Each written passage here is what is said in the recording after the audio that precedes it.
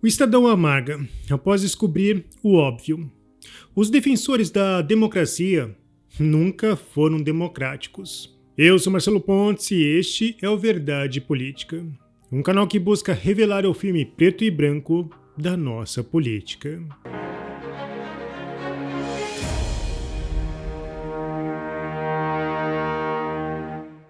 O STF está conseguindo aos poucos se igualar à opressão do regime militar no Brasil.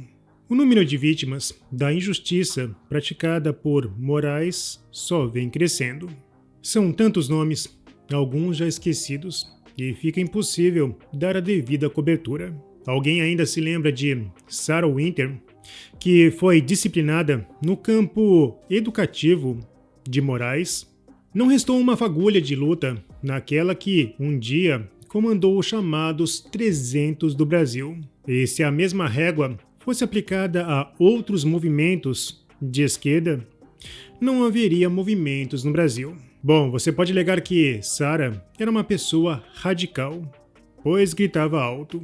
Mas como explicar a prisão do humorista Bismarck Fugaza? Como aceitar que uma figura cujo perfil gera apenas risadas nas redes possa ser considerada um perigo para a democracia? Inclusive, os comediantes tiveram que sair do país como refugiados, pois se aparecessem em um aeroporto, poderiam ter uma surpresa. Foi o caso do jornalista Alan Frutuoso, que foi preso pelo simples fato de estar cobrindo uma manifestação no final de 2022. A Procuradoria-Geral da República se manifestou contra a prisão do jornalista, argumentando que a fundamentação genérica da prisão preventiva, com base em risco para a ordem pública, conveniência na instrução criminal e aplicação da lei penal, não tinha elementos concretos que justificassem a manutenção da detenção. E não podemos esquecer do jornalista Oswaldo Eustáquio, que sofreu um grave acidente na coluna e foi levado algemado. De fato, não sei como alguém com uma lesão na coluna poderia fugir. Além disso, muitos nomes do jornalismo estão trabalhando fora do país e por pura insegurança.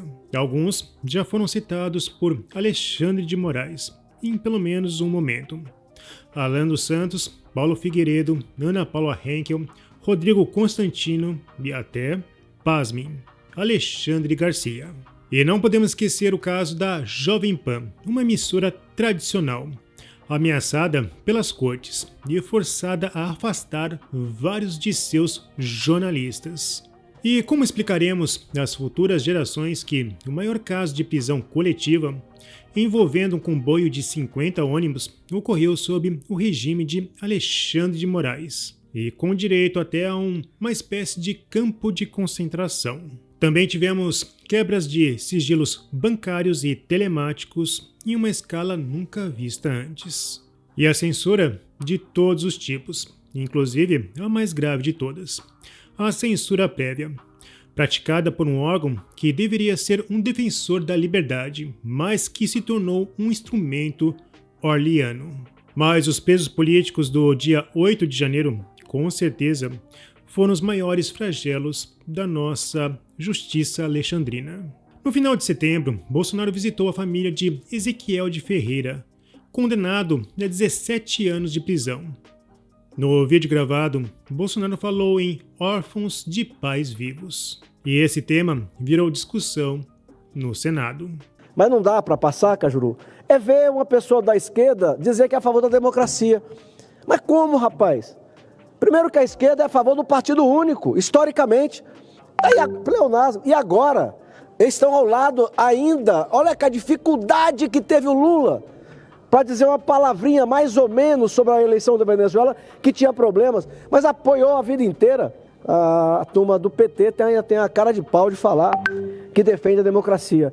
O Supremo Tribunal Federal abusa, o Brasil já vive uma situação de ditadura, porque você já tem aqui presos políticos, você tem cerceamento de liberdade de opinião, quando você derruba a rede, quando você derruba perfil, é uma censura prévia, você já tem pessoas exiladas no Brasil e a esquerda fica calada, porque ela acha que isso a beneficia, e aí o princípio, mais uma vez, é jogado às calendas. Eu estou reaprendendo a viver e a conviver com meus filhos pequenos sem a presença e a ajuda do meu marido. Ele está fora do Brasil porque o governo brasileiro o considera um criminoso perigoso, merecedor de 14 anos de prisão, pena dada, em última instância, pelo STF. Qual o único crime que cometeu na vida? Curiosidade. Ezequiel saiu aqui de Rondônia e foi a Brasília devolver um carro da Localiza. Naquele 8 de janeiro de 2023, meu marido foi até a Praça dos Três Poderes para dar uma olhada no que estava acontecendo. Foi curioso. Para mostrar como é que está sendo a justiça do Brasil aqui, ó. Aí, agora saiu essa notícia aqui, ó. Justiça determina transferência do braço direito de Marcola para o regime semiaberto. Ó, deixa eu ler para vocês. STJ anula a condenação de traficante por entender que polícia invadiu casa do acusado. Agora, um pai de família desse aqui, que estava aqui, pegar 14 anos, gente, isso aqui é a maior injustiça que existe. Eu quero falar sobre essa situação do Ezequiel. Eu que pedi para o presidente Bolsonaro gravar esse vídeo com essas crianças, porque essa situação é gravíssima. Esse cidadão que está foragido trabalhou para mim, terceirizado. Tem 4 caminhões igual a esposa dele está falando aí. Eu vou ser um dos cidadãos que vou ajudar essa família. Eu tenho compromisso, senador Zequinha Marinho, eu tenho que ter o compromisso de ter solidariedade e eu vou ajudar, pelo menos com alguma coisa, um pouco, todo mês essa família. Quantos bandidos nós vemos soltos pelo país afora? Traficante hoje é solto. Gente, olha o que aconteceu com a corrupção nesse país. Todas essas pessoas foram inocentadas, todas foram inocentadas, não tem mais ninguém mais está sendo culpado por isso. Eu quero hoje aqui até fazer um elogio ao PT, ao partido da esquerda. Pelo menos, parabéns para vocês, vocês têm uma posição dizendo, olha, nós somos contrário à cassação do Alexandre de Moraes. Mas cadê os 10 senadores do PSD, os 9 do MDB, 3 do União Brasil, 3 do PP, 1 do nosso partido, do próprio PL, e mais alguns demais senadores? E tem outros casos também, né? Essa uma aqui agora, que Moraes admite falta de provas em caso de homem que ficou 8 meses na cadeia. Quer dizer, admite falta de provas. Eu queria muito que o ministro Alexandre de Moraes, como fala sempre de defender a democracia, receba os 36 senadores, receba para a gente conversar, para ele poder esclarecer sobre isso aqui que eu estou mostrando. Ó. Tem um Sérgio Cabral que pegou 400 anos de prisão, eu sempre canso de falar dele aqui. Para ele cumprir a pena dele, tem que ressuscitar no mínimo de 4 a 5 vezes. Esse cara está solto e está querendo falar que vai vir candidato daqui 2 anos. Um cara desse nunca, com um país sério, seria novamente candidato. Essa turma aí estava presa. E agora está querendo falar que vai vir candidato. Isso sim é criminoso, é bandido. E não pegou 17 anos, 14 anos de cadeia, não. Está solto aí querendo vir de novo, candidato. Eu não consigo entender esse país. Moraes tornou-se um justiceiro. E parece que o Globo tem um orgulho deste justiceiro, pois publicou: Moraes determina extradição de 63 brasileiros na Argentina investigados pelos atos golpistas. O ministro atendeu a um pedido da Polícia Federal. Decisão do ministro foi encaminhada para o Ministério da Justiça, a quem cabe levar a extradição adiante. Bom, tudo errado.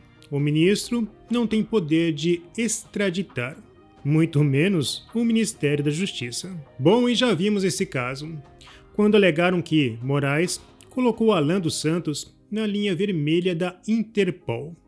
Pura balela.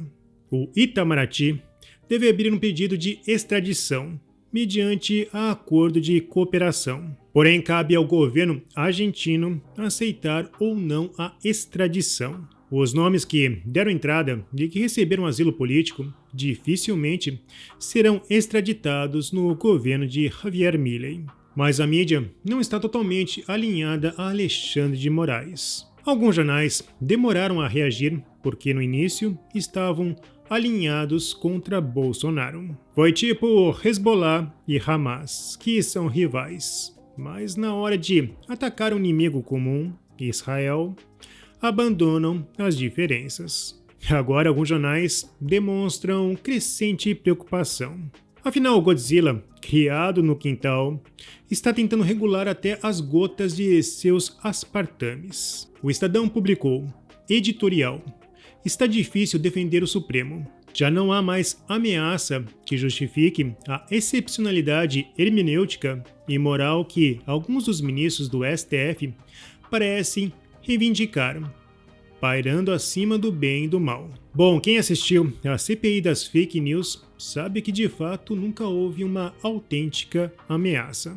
Todas as ações de Bolsonaro contra o STF eram críticas diretas, pedindo mais transparência e menos intervenção. Jogar nas 4 linhas. E nessa altura, ele estava correto. O escritor e colunista da Gazeta do Povo e da Revista Oeste, Flávio Gordon, criticou o jornal.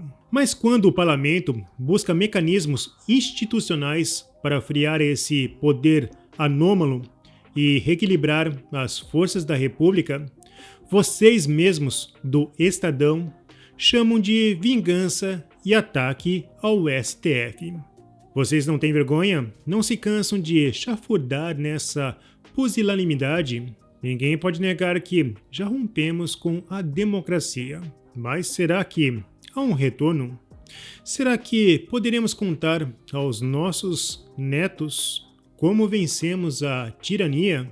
Ou teremos que contar uma história semelhante aos dos refugiados judeus? Bom, se você apoia a Verdade Política, não se esqueça, curta, comente e compartilhe. Clique no sininho para você receber as nossas notificações. E vamos continuar na luta em prol da verdade.